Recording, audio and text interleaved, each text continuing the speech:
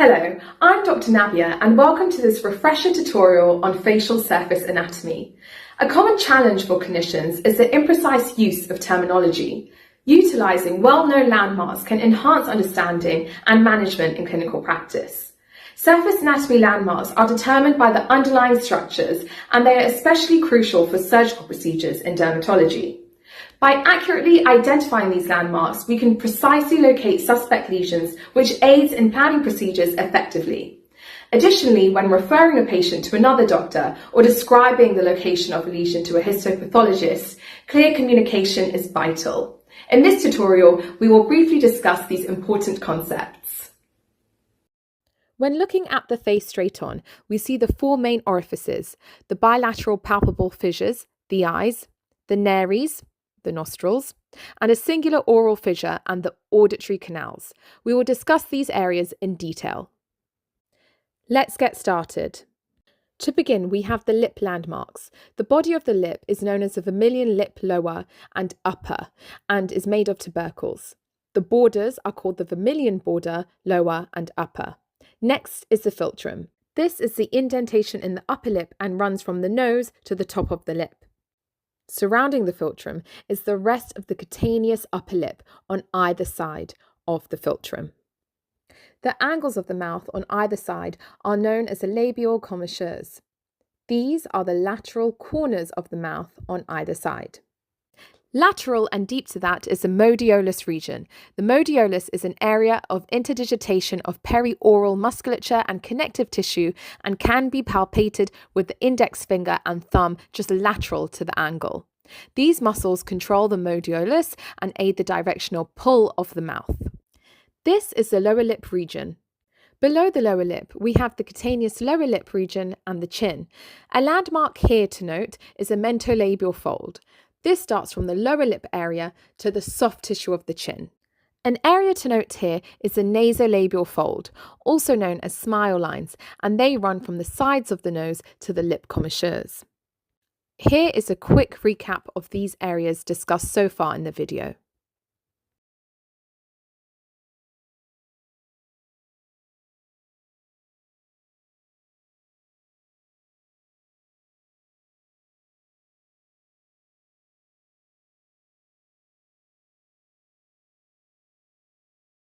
Moving upwards is the nose.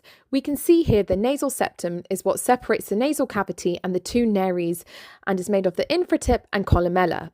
The nasal columella is located between the nostrils and is a fleshy tissue to the nasal base. The nasal sill is this area next to the columella and is the floor of the nostril. Laterally, we have the alars. Alar means wing and is the area that surrounds the nostril.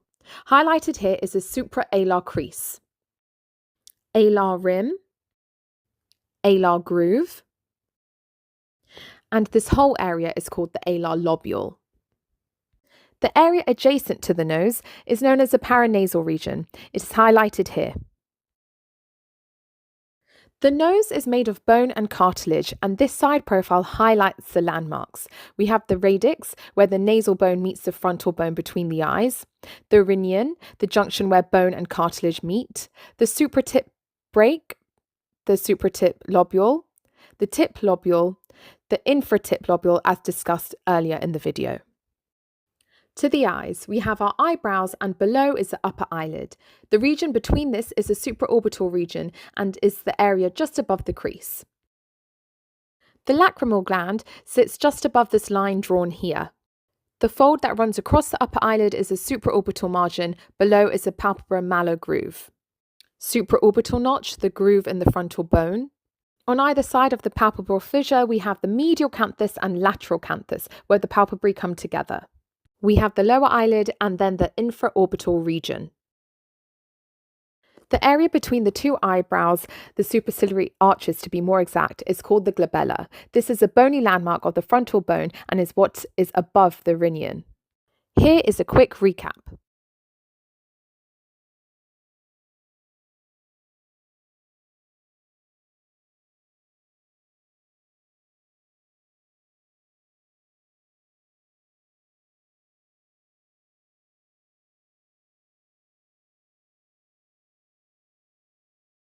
The ear has several landmarks. Here is the helix, the antihelix,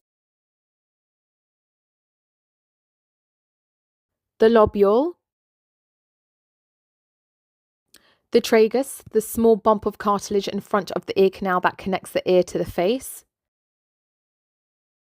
the external auditory canal. A still image at this point will show the further landmarks of the ear.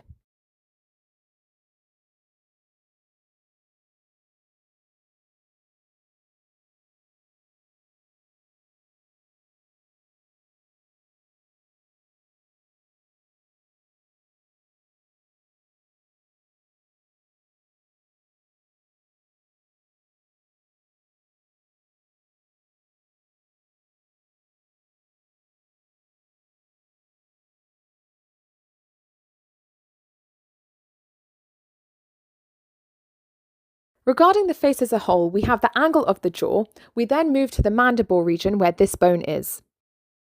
Lower cheek, central cheek, upper cheek. The malar eminence, the most prominent part of the zygomatic bone, the highest point of the cheekbone.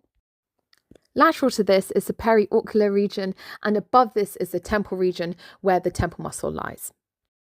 Regarding the forehead, we have the temple region, then the forehead has a lateral part covering the lateral third of the eyebrow, the paramedian forehead covers this part, and then we have the central forehead. The scalp is difficult to determine on video, but essentially it's divided into the frontal scalp, which is above the forehead and covers the hairline and temples, the parietal scalp, and the occipital scalp, which extends across the base of the head to the nape of the neck. Thank you for watching. I hope that you found this tutorial helpful and that you can apply it in your future practice.